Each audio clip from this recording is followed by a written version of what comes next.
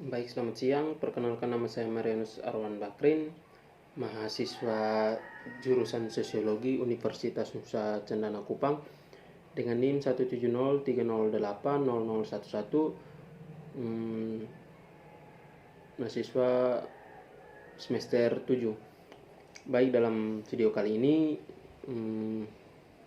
saya ingin melanjutkan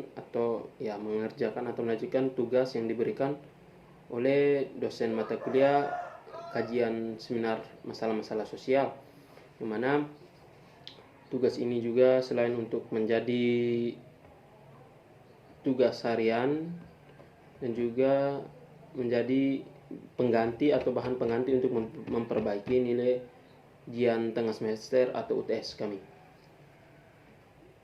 Baik, jadi sama seperti video-video sebelumnya, di dalam video kali ini juga saya akan memberikan penjelasan saya sedikit mengenai buku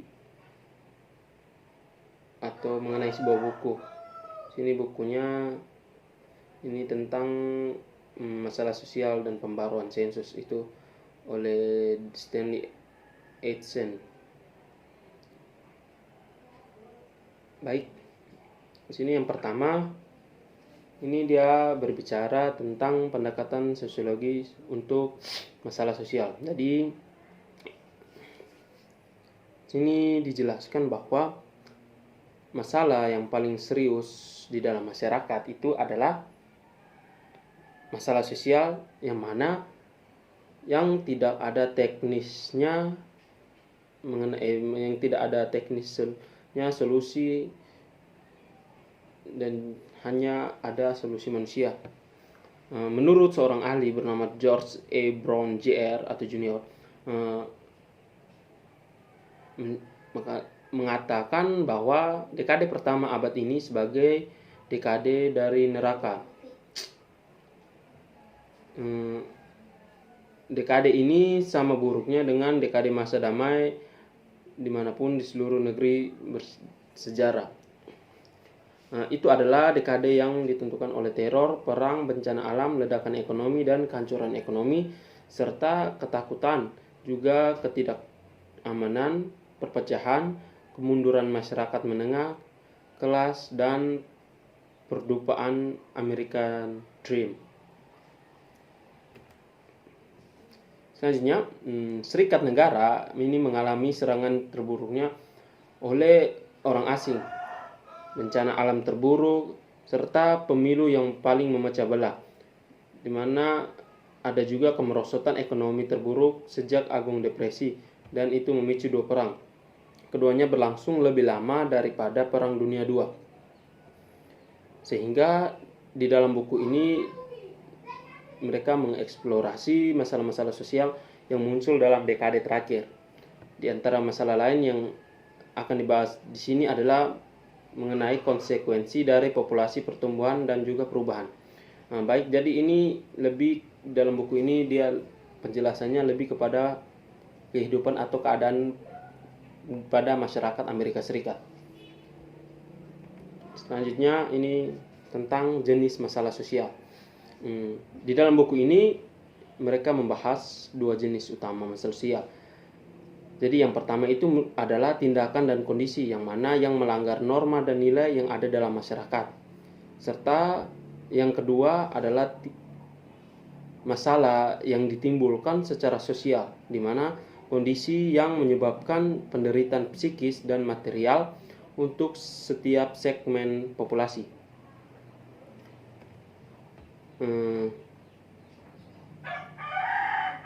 Selanjutnya ini kita akan membahas poin pertama yang tadi tentang pelanggaran norma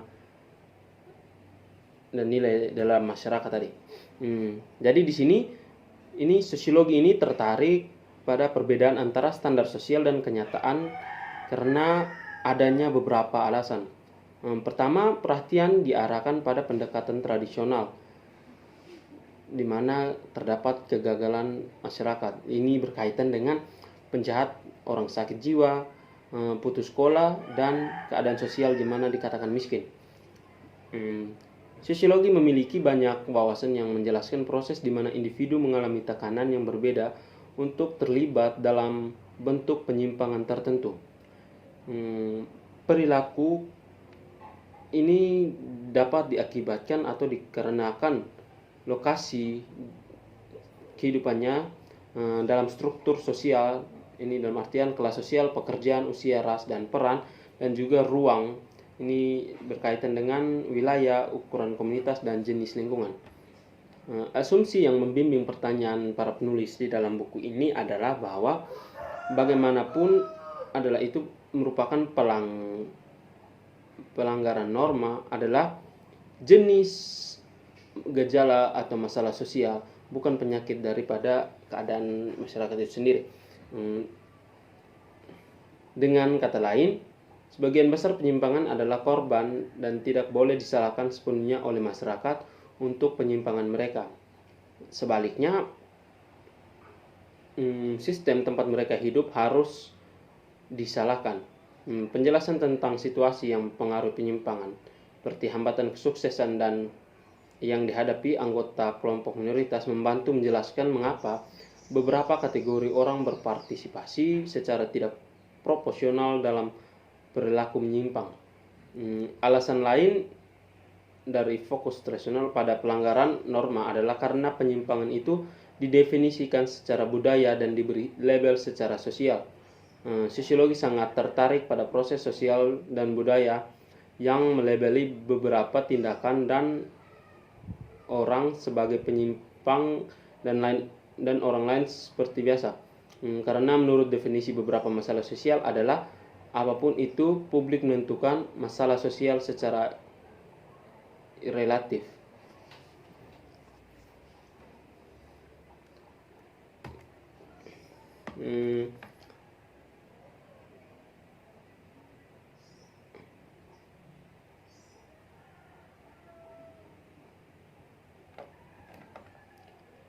Orang yang berkuasa memainkan peran penting dalam menentukan siapa yang mendapat label negatif dan siapa yang tidak. Ini berkaitan dengan perilaku tertentu daripada pelanggaran norma ini. Itu ada yang diberi label positif sebagai orang yang positif, dan juga ada yang diberi label negatif. Orang yang berkuasa memainkan peran penting dalam menentukan siapa yang mendapat label negatif dan siapa yang tidak, karena tidak ada standar mutlak yang menginformasikan warga negara tentang apa yang menyimpang dan apa yang tidak. Kemudian definisi tentang penyimpangan tergantung pada perilaku apa yang ditetapkan hukum untuk hukumannya. Karena hukum adalah instrumen bagi mereka yang berkuasa, itu perbuatan yang dicap menyimpang begitu diberi label karena bertentangan dengan kepentingan para penguasa tersebut. Jadi untuk memahami proses pelabelan harus memahami tidak hanya norma dan nilai masyarakat, tetapi juga kelompok kepentingan apa yang memegang kekuasaan tersebut. Pendapat ini menurut Sweeney pada tahun 1970. Yang kedua berkaitan dengan kondisi sosial. Jenis masalah sosial yang kedua ini ditekankan dalam teks, melibatkan kondisi yang menyebabkan penderitaan psikis dan material untuk beberapa kategori orang di Amerika Serikat.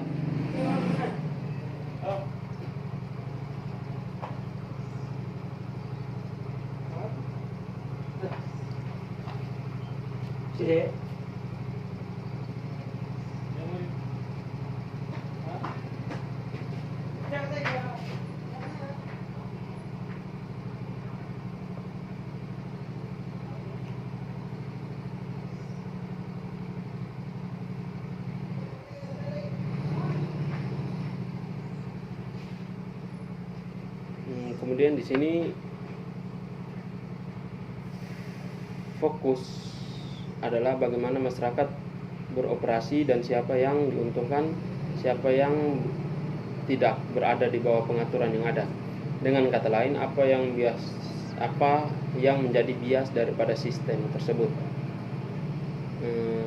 Bagaimana penghargaan sosial didistribusikan, apakah berapa kategori orang menderita atau untung karena bagaimana sekolah diatur atau juri dipilih.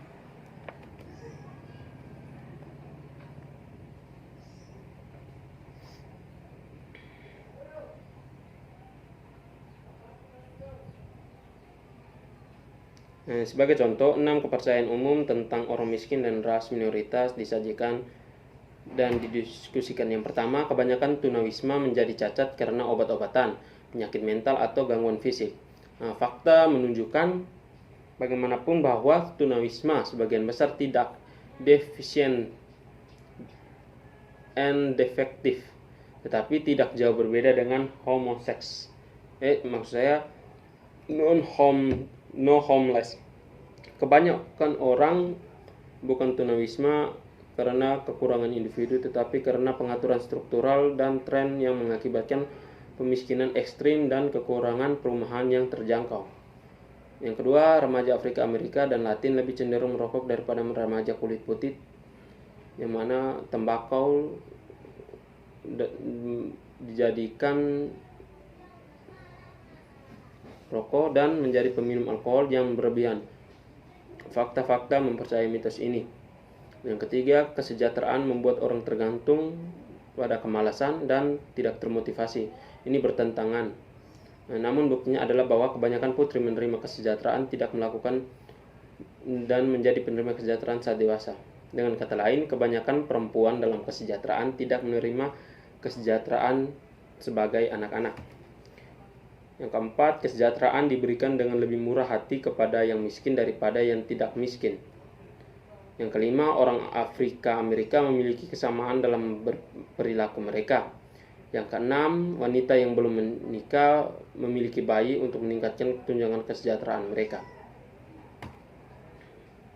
Berikut tentang kekayaan dan kekuasaan ini mengenai bias sistem.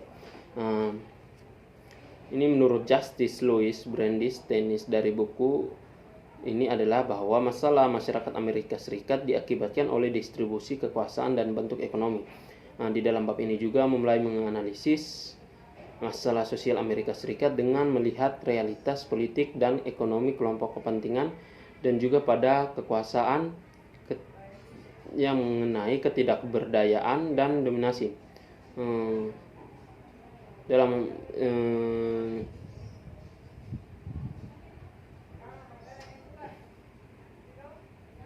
hal ini ia memperkenalkan analisis kritisnya tentang Amerika Serikat. Michael Parenti berkata, jika gambar yang muncul di dalam box ini tidak boleh dianggap serangan terhadap Amerika Serikat. Sistem politik dan hubungan dengan para elit ekonomi bagian terakhir menunjukkan bagaimana sistem ekonomi politik bias berpihak pada mereka yang sudah lebih dulu diuntungkan. Selanjutnya tentang ekonomi Amerika Serikat ini berkaitan dengan konsentrasi kekayaan perusahaan. Ekonomi Amerika Serikat selalu didasarkan pada prinsip-prinsip kapitalisme, di mana bagaimanapun perekonomian saat ini jauh dari sistem perusahaan bebas. Itu merupakan perbedaan utama antara sistem ideal dan yang asli adalah bahwa ekonomi Amerika Serikat tidak lagi didasarkan pada persaingan antara swasta yang mana kurang lebih setara kapitalis. Sekarang didominasi oleh perusahaan besar yang bertentangan dengan teori ekonomi klasik, kontrol permintaan daripada menanggapi permintaan pasar. Betapapun baik sistem ekonomi yang pernah berhasil, tidak mungkin meningkatkan ukuran dan kekuatan perusahaan yang mana dapat mengganggu hal tersebut. Perkembangan ini membutuhkan dan juga mempertanyakan apa bentuk ekonomi yang tepat untuk industri modern masyarakat. Ada juga yang telah menjadi mega merger yang menggabungkan perusahaan Amerika Serikat dan asing, misalnya Daimler dan British Petroleum and Amoco Bank and Bankers Trust. Pemerintah federal mendorong merger ini dan melonggarkan penegakan hukum antitrust dengan alasan bahwa perusahaan yang efisien tidak boleh tertati-tati tren menuju mega merger yang memiliki setidaknya 5 konsekuensi negatif. Yang pertama, meningkatkan sentralisasi modal, yang mana mengurangi persaingan dan menaikkan harga bagi konsumen. Kemudian yang kedua, meningkatkan kekuatan perusahaan pasar. Maksud saya meningkatkan kekuatan perusahaan besar pekerja, serikat pekerja, politisi, dan pemerintah. Yang ketiga, mengurangi jumlah pekerjaan. Misalnya ketika Quiz digabungkan dengan US West, di mana terdapat 11.000 pekerjaan yang dihapuskan. Yang keempat, meningkatkan hutang perusahaan. Dan yang kelima, tidak produktif, di mana menguraikan pada poin terakhir ini, merger dan pengambilan alih tidak menciptakan pabrik, produk, atau pekerjaan. Sebaliknya, mereka menciptakan keuntungan bagi kepala eksekutif, pengacara, akuntan, pialang, bankir, dan investor besar. Berikut tentang studi kasus monopoli media. Media melalui film, televisi, radio, buku, majalah, surat kabar, dan periklanan adalah pemain utama dalam menciptakan budaya, membentuk apa yang kita pikirkan dan lakukan. Sini media memainkan peran yang berpengaruh dalam demokrasi karena demokrasi bergantung pada apakah ada pemilih yang terinformasi. Orang-orang membutuhkan informasi yang tidak bias dan tarik ulur debat publik jika mereka ingin benar-benar diinformasikan. Kondisi ini menjadi bermasalah bagaimanapun ketika sumber informasi semakin terkonsentrasi di beberapa konglomerat besar hanya dipandu oleh nilai-nilai komersial dan garis bawah. Pada tahun 1983, 50 perusahaan mengendalikan media di Amerika Serikat. Sekarang ada 5 news corporation: General Electric, Disney, Time Warner, dan Viacom.